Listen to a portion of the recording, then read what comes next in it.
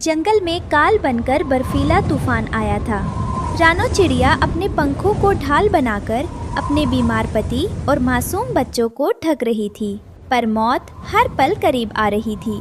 हे ईश्वर, मेरे बच्चों को ये ठंड मत लगने देना।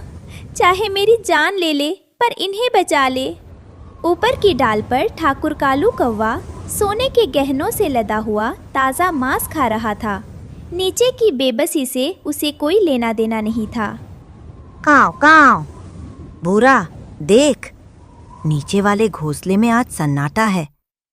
अगर कल तक रानो ने लगान नहीं दिया तो दोस्तों, ये रहे हमारी आज की वीडियो के प्यारे सब्सक्राइबर्स और फॉलोअर्स के नाम। अजीत, सोनालिका, आरुषि, सौम्या राधिका, जैनब, बबली, निक्की और जो नहीं चुने गए, चिंता मत करो, अगली बार तुम भी बन सकते हो जंगल के सुपरस्टार। दोस्तों, अगर आप भी चाहते हैं मैं आपका नाम अपनी कहानी में लूं, उन्हें इस ठिठुरते पेड़ से नीचे फेंक देना। घर के अंदर सन्नाटा था।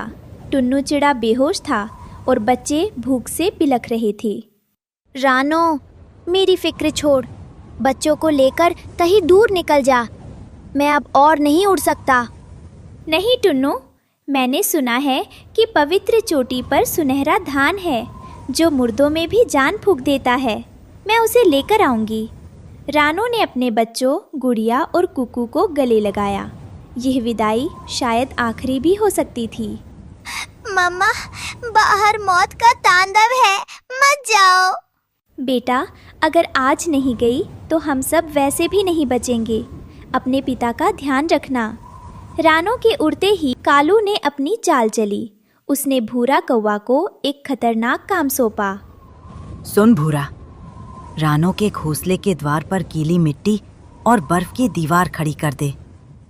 जब तक वो वापस आए, अंदर सब कुछ जम चुका हो। वाह ठाकुर, क्या चाल चली है आपने। रानो बाहर ठंड में मरेगी और उसका परिवार अंदर घुट घुट कर दम तोड़ेगा। आप फिक्र मत कीजिए सरकार, मैं अभी जाकर उस घोंसले को जिंदा कब्र बना देता हूँ। काऊ काऊ। शाबाश, जा, इस काम को इतनी सफाई से कर कि किसी को कानो कान खबर ना हो। रानो अब मौत की वादियों में थी। बर्फ के नुकीले कण उसके शरीर को घायल कर रहे थे, पर हर जख्म पर उसके बच्चों की याद मरहम लगा रही थी। हारना मत रानो, बस थोड़ी दूर और। रानो लड़खड़ाते हुए नीचे गिरती है। तभी बर्फ के घर इग्लू के पास पहुंचती है। उस घर के द्वार पर उल्लू बाबा बैठे हैं। अंदर आ जाओ नन्ही चिड़िया, इस तूफान में बाहर रहना खुदकुशी है। यहाँ इस बर्फ के घर की गर्माहट में कुछ पल आराम कर लो। उल्लू बाबा रानो को अंदर ले जाते हैं। उस घर के अंदर जड़ी बूटियों की एक मीठी खुशबू और सुकून देने वाली रोशनी थी। बाबा, मेरे पास समय नहीं है। मेरे बच्चे और पति घर पर मौत से लड़ रहे हैं। मुझे सुनहरा धान चाहिए। क्या मैं सही रास्ते पर हूँ? तुम सही रास्ते पर हो बिटिया, पर तुम्हारी ये थकावट तुम्हें चोटी तक पहुँचने नहीं देगी।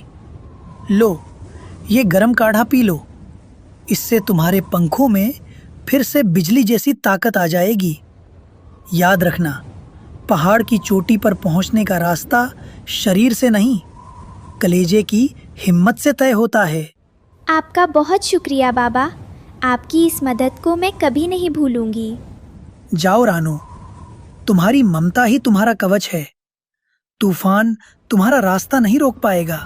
वहीं दूसरी तरफ घर के बाहर बर्फ की मोटी दीवार बन चुकी थी। ऑक्सीजन खत्म हो रही थी। गुड़िया और कुकू दीवार को नोच रहे थे, पर वो पत्थर जैसी सख्त थी। दीदी, मुझे सांस नहीं आ रही। मम्मा, कहाँ हो आप? गोरी ठकुराइन ने कालू की करतूत देख ली थी।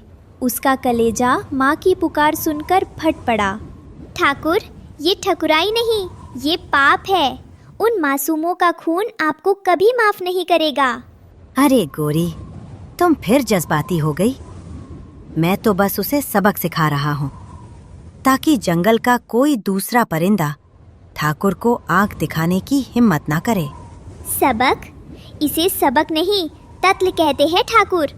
अगर उन मासूमों को कुछ भी हुआ तो याद रखिएगा, भगवान का इंसाफ जब होगा तो आपकी ये ठकुराई राख बनकर उड़ेगी। अपनी जबान को लगाम दो गोरी, तुम मेरी पत्नी हो, मेरी दुश्मन नहीं। आज से मैं आपकी कोई नहीं हूँ ठाकुर। जिस पति के हाथ मासूमों के खून से रंगे हों, उसका साथ देना अधर्म है। रानो के बच्चों की हर एक सिसकी आपके विनाश का कारण बनेगी। मैं अब और चुप नहीं रहूंगी। रानो चोटी पर पहुंच गई। वहां कांटों के बीच सुनहरा धान चमक रहा था।